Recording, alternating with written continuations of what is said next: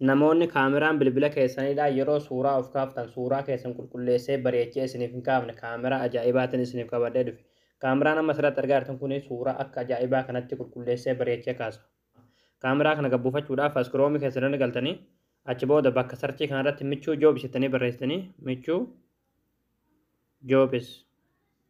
achi booda sarchi goosiftu. Achi booda asirratti michuu.jobs.com kan jirurratti yeroo tokkoof kilikni gootu achi booda haala kanaan asitti isin fida asirratti ayikoonii sarchii ni jirti ayikoonii sarchii kanarratti yeroo tokkoof kilikni gootu achi booda bakka sarchii kanarratti HD